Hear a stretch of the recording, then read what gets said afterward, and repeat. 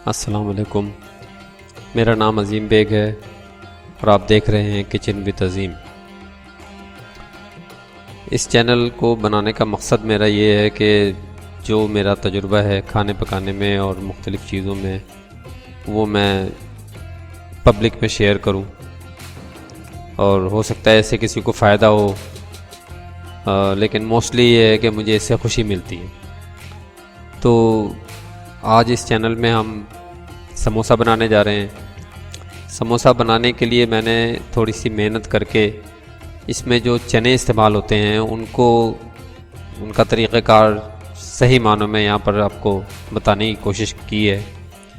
जिस तरह समोसा बनाने वाले इस चटनी को बनाते हैं या चनों को बनाते हैं, क्योंकि इसमें इन चनों का काफ़ी दखल होता है। जब समोसा हम खाते हैं तो चनों की वजह से उसके जायके में काफ़ी फ़र्क पड़ता है और अच्छे लगते हैं।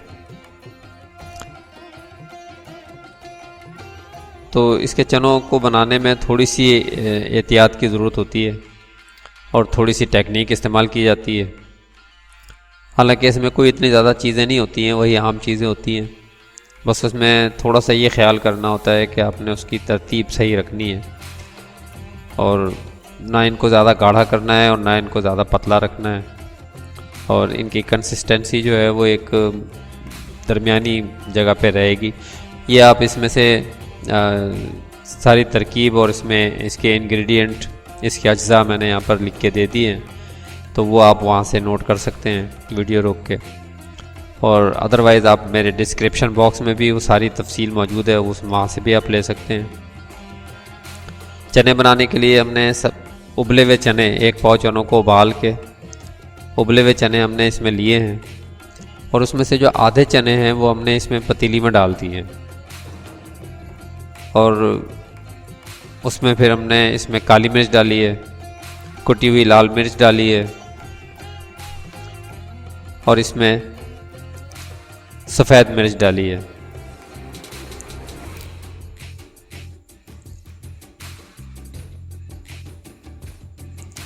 ये सारी चीज़ें डाल के आपने इसको उबालना है, ताकि ये जो मसाला इसमें डाला है, इसमें तेल वगैरह या किसी किस्म का तड़का वगैरह नहीं दिया जाता है, और ये बस ऐसे ही बग़ैर तेल के बनते हैं, क्योंकि तेल तो ऑलरेडी समोसों के अंदर होता है, वो डीप फ्राई हुए होते हैं। तो लिहाजा वहाँ पर हमें तेल या कोई ऐसी चीज़ का इस्तेमाल इन चनों में नहीं करना है।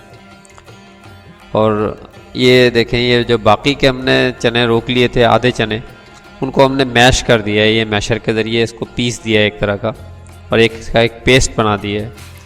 और ये पेस्ट भी हम इसी के अंदर इसको ऐड कर देंगे। ये पेस्ट भी इसमें डाल दिया।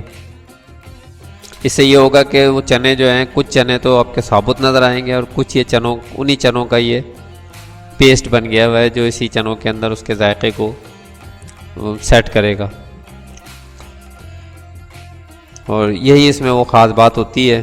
कुछ लोग इसी काम को कुछ लोग ये करते हैं कि इसमें चने की दाल को पीस के उबाल लेते हैं और उसको पीस के फिर शामिल करते हैं। हालांकि उसकी ज़रूरत नहीं है। जब आपने चने उबाल लिए हैं तो चने हो या चने की दाल हो, वो एक ही बात है। तो आधे चने तकरीबन आपने पीस के मैश कर देने हैं, चाहे उसे ग्राइंडर में मैश करके डाल दें इसमें, या आप हाथ से वैसे ही मैश हो जाएंगे। ये इसमें उबाल आ गया है।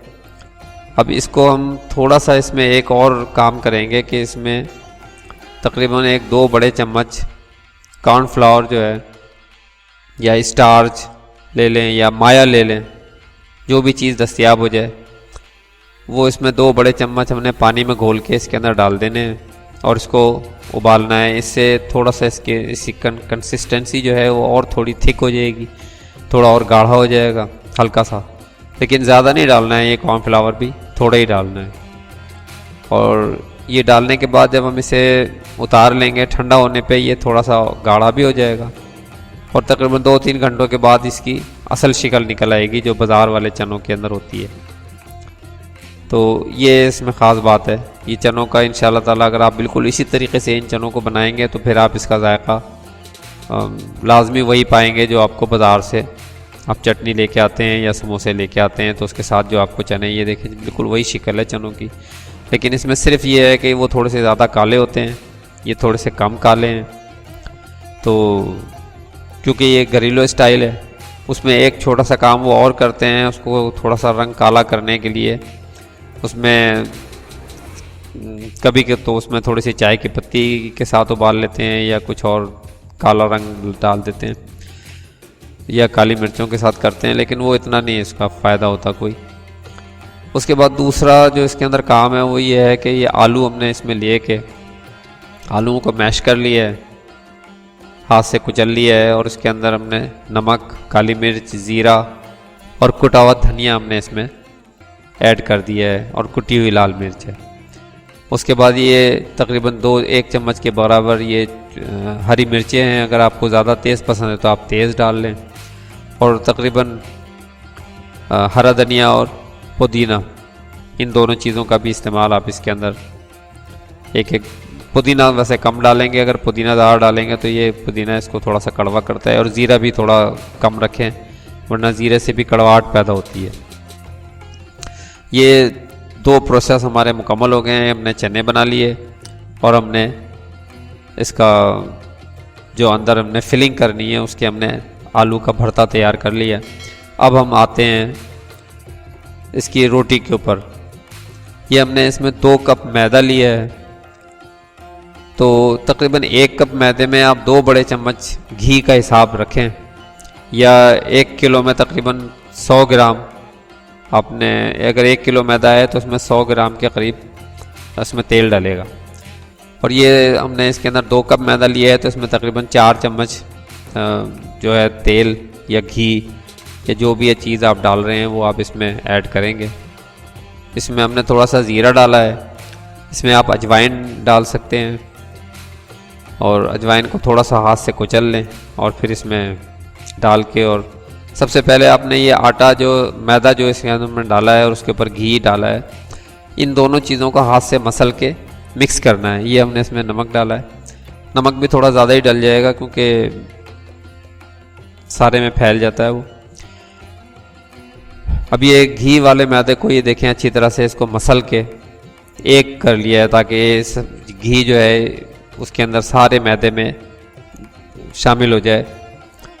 और अब इसको पानी से शामिल करके नॉर्मली अब इसमें थोड़ा सा गाढ़ा ही हमने सख्त रखना है मैदा, तो लिहाजा इसको हमने अब गूंद लिया है, ये गूंद के तैयार हो गया।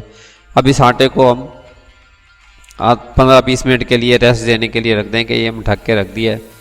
ये 15-20 मिनट हो गए हैं, ये अब हमने इसको दोबारा निकाल लिया है, और अब इसके हम पेड़े बनाएंगे छोटे छोटे। ज़्यादा बड़े नहीं बनाने, अपने छोटे पेड़े बनाने हैं नॉर्मली। तो इसके पेड़े बनाने के बाद इनको फिर अब हम बेल लेंगे और इसकी रोटियां बना लेंगे। बेलने के लिए आप एक तो ये इस्तेमाल कर सकते हैं कि इसके साथ तेल का इस्तेमाल करें, या इसमें खुश्क का भी इस्तेमाल किया जा सकता है, या मैदा इस्तेमाल किया जा सकता है ताकि रोटी इसमें नीचे चिपके ना और आसानी से बनती जाए। ये देखें, ये बिल्कुल बारीक, बहुत ज़्यादा बारीक भी नहीं रखनी है, तकरीबन एक मुनासिब मोटाई में रखनी है। ये इसकी तैयार हो गई है। इसी तरह से आपने ये सारी बना लेनी है और बना के एक दूसरे के ऊपर रखते जाना है। ये तकरीबन जब ये सारी रोटियां का बेल लेंगे, ये तकरीबन बेल ली है। अब इसको हमने पूरा बीच में से आधा आधा काट लेना है। ये आधा काटने के बाद अब ये जो इसका आधा पीस हो गया हुआ है, इसका जो बिल्कुल ये सीधी लकीर वाला हिस्सा है, ये आपने हाथ के ऊपर अपनी तरफ रखना है। ये आपको मैं दिखाता हूँ। ये इसको आपने जो सीधी लकीर है ये आपने अपनी तरफ रखनी है, और आधे हिस्से को गीला कर लेना है, और फिर इसको इस तरीके से आपने फोल्ड करना है। ये बड़ी आसानी के साथ 1-2 दफ़ा करेंगे तो आपको ही पता चल जाएगा। ये देखें, ये फोल्ड करके और ये यहाँ से इसको इसके साथ जोड़ देना है। ये एक कोन की शक्ल इख्तियार कर ली इसने, अंदर से इसको ये प्रेस कर दिया अंदर उंगली डाल के। अब इस कोन के अंदर आप इजीली जो भी फिलिंग करेंगे वो फिलिंग करने के बाद इसका मुंह अंदर भी थोड़ा सा पानी लगाना है, और उसके बाद आपने इसका बंद कर देना है। इसको फिलिंग आपकी इसके अंदर कैद ट्रैप हो जाएगी, और इसको फिर आप आराम से इसको तल सकते हैं समोसे को। तो ये थोड़ी सी प्रैक्टिस अगर करेंगे तो आप आसानी के साथ इसको बना सकते हैं, और इसमें कोई इतना मसला नहीं है। उसके बाद आपने ये जब इतनी बड़ी कढ़ाई में कम से कम आपने इसमें 7-8 पीस डाल सकते हैं।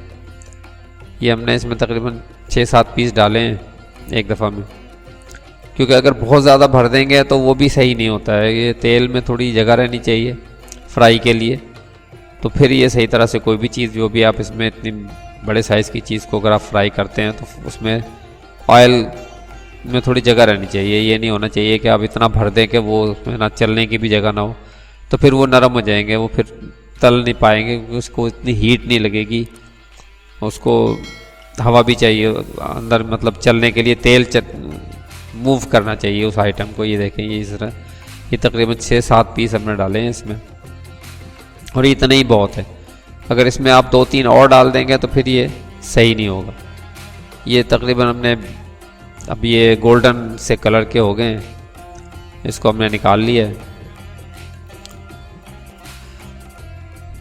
और ये अल्हम्दुलिल्लाह बहुत मज़े के बने हैं, क्योंकि इसकी फिलिंग भी बहुत अच्छी है, और चटनी तो जो चने हमने बनाए थे वो तो थे ही बहुत अच्छे। उसके साथ में लाल चटनी भी बनाई है, लेकिन लाल चटनी को मैंने इसके अंदर ऐड नहीं किया है, वो मैं आपको अलहदा से एक और वीडियो में वो दूंगा।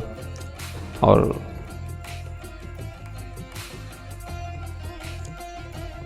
उसके अलावा इसके जो सॉसेस वगैरह होते हैं वो भी मैंने वाइट सॉस और दूसरी रेसिपी जो है ये भी थोड़े दिनों में इंशाल्लाह मैं वो भी बनाऊंगा। और कोशिश मैं ये कर रहा हूँ कि जितना भी ज़्यादा से ज़्यादा बेहतर मैं काम कर सकूँ। अभी भी मेरे काम में कुछ ना कुछ गलतियाँ खामियाँ होंगी, लेकिन इंशाल्लाह ताला हम उसे दूर कर रहे हैं। और अगर आपने मेरे चैनल को सब्सक्राइब नहीं किया है तो बराए मेहरबानी से सब्सक्राइब भी करें और बेल आइकॉन भी दबाएं, ताकि नेक्स्ट आने वाली वीडियो भी आपको मिल सके। और इस वीडियो को देखना और इसके ऊपर वक्त लगाने का बहुत शुक्रिया। और इंशाल्लाह ताला नई वीडियोस जो हैं, जिसमें मैंने अभी और भी वीडियोस बनाई हैं जिसमें हमने नाइफ़ इस्तेमाल करने के तरीके और कटिंग चॉपिंग, क्योंकि ये बहुत आसान होता है। अगर ये आपको थोड़ी सी टेक्निक्स आती हों तो कटिंग और चॉपिंग भी बहुत आसान होती है, वरना तो आम छुरी से जो काम उस तरह नहीं हो सकता है जिस तरह एक ख़ास किस्म की छुरियों से ख़ास किस्म के काम किए जाते हैं, और उनमें बहुत स्पीड होती है, बहुत तेज़ी के साथ वो बहुत अच्छे तरीके से और बहुत साफ़ सुथरे होते हैं। तो अभी तक बस इतना ही। तो इंशाल्लाह नेक्स्ट वीडियो में मैं इसको और बेहतर करने की और ज़्यादा अच्छा करने की कोशिश करूँगा जो भी काम है।